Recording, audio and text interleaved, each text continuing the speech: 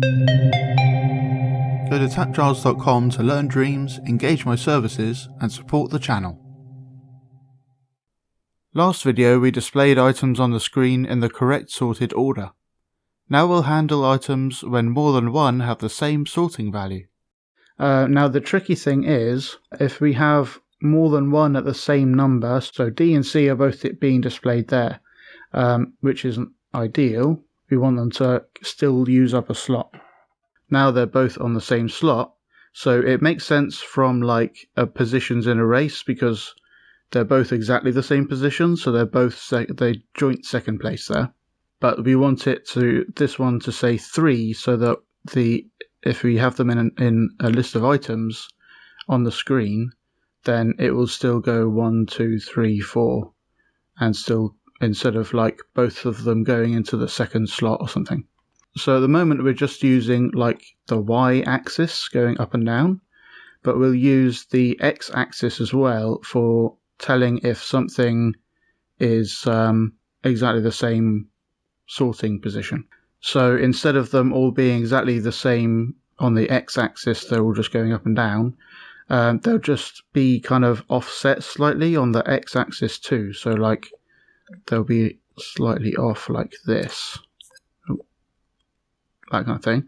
And then when this one is put to exactly the same position, this one will be able to see that there's something to the left of it and kind of add that in. So this one would have 1 above it and 1 to the left of it. That adds up to 2, and then plus 1, so it's in third place. And then this one would say there is 1 above it and nothing to the left of it. That adds up to 1 plus 1, so it's in the second place.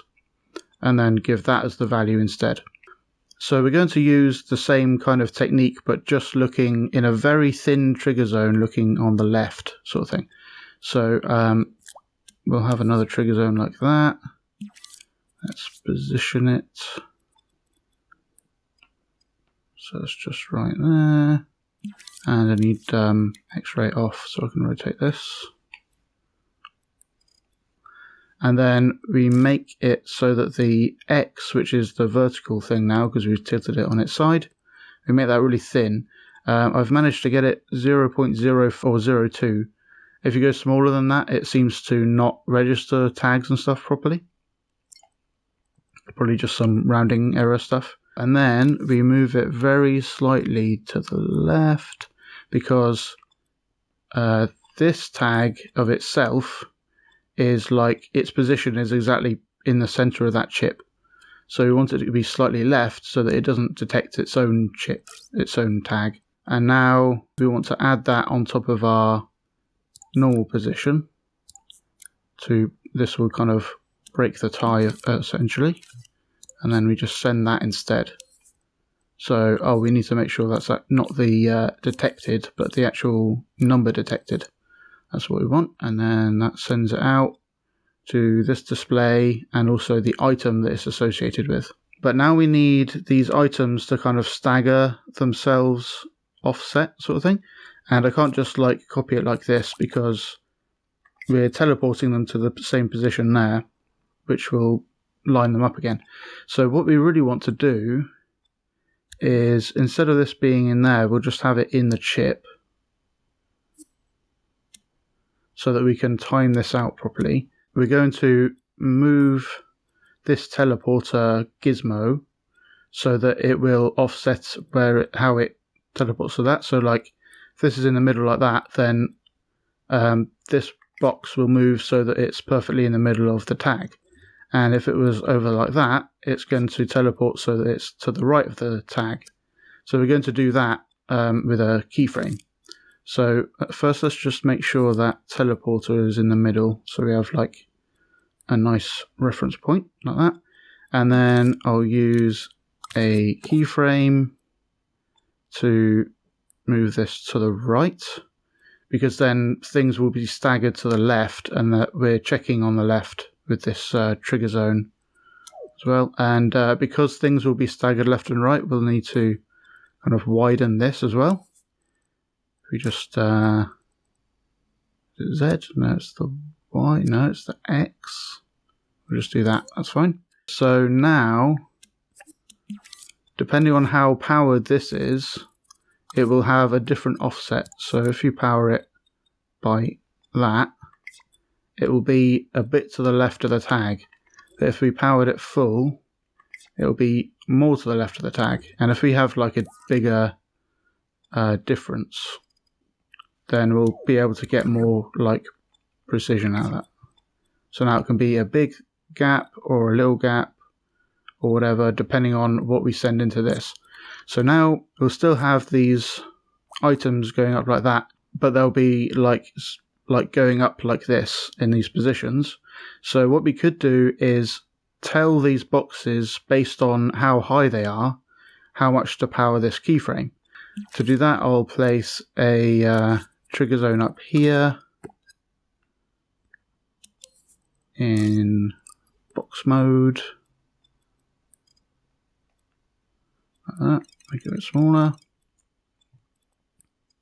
And this is the highest it can go, these boxes. So then I'll use L1 and R2 to drag down a fall off, and you can see it affecting the fall off setting. So as this fall off going down here, that means the closest step to this end is the lower the value it's giving to a tag that it detects. So like if we have a tag called break ties or something,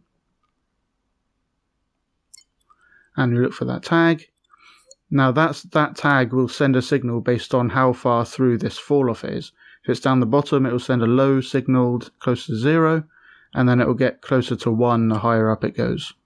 And then we'll use that, which comes out of tag output, to power the keyframe. Now the problem is the whole box will be teleporting over there and no longer be in the range of this keyframe. So we're going to want to leave it here for a frame, because it actually takes a frame for this to actually find stuff. So if we wait a frame and make sure that's working and then teleport it, then the teleporter and the tag and the keyframe don't have to do anything once they're past that point. So I'm going to use a timeline to kind of time that out. I'm using L1 and right on the D-pad to see like the frames as columns like that. And now we just move all this stuff in here. So first we want the tag to check what it's getting from the trigger zone up there. And then we want it to power this keyframe while it teleports. And then that's it. And then it will just turn itself off. So I'll just make that really short like that. So it will play through that, and then the timeline will turn itself off. But it will be in the right position. So now let's copy some things. So now you can see they're all kind of staggered like that, because they do this little bit of setup first. And now, because I have X-ray on, I don't need the grid, then I can set these to different heights and stuff, and it will work as normal. But if two of them are at the same position, like 0.3 and 0.3, they're offset left and right like that. And you can see they have different values. And this one has a lower value because it's on the left, and that one has a higher value because it's on the right, or vice versa, I think, actually. Because this one is counting that one and that one, so it's position 3 behind those two that are detected. So now I'll just make sure this is working properly.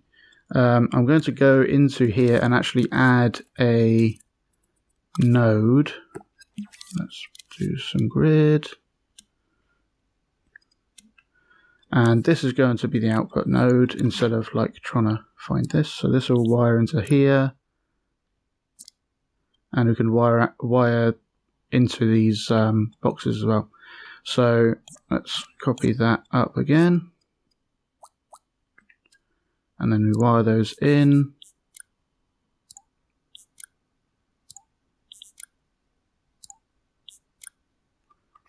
And now when it teleports down, it's in the correct order, A, B, C, D. Because that's the kind of default thing from this staggering effect. But then if we make D have a higher sorting value, it goes to the top. And make C have a higher one. Now it's at the top and D is slightly below it there. And then if we just make them in the correct order, then they're in the correct order. And reverse order. And it all just sorts itself out. And this stuff is all pretty instantaneous. You don't have to wait a few frames per item or anything like that. It just kind of sorts itself out from doing this kind of in-scene logic stuff. Thanks for watching. I hope you learned something interesting. Go to patreon.com/TAPgiles to learn something new every day.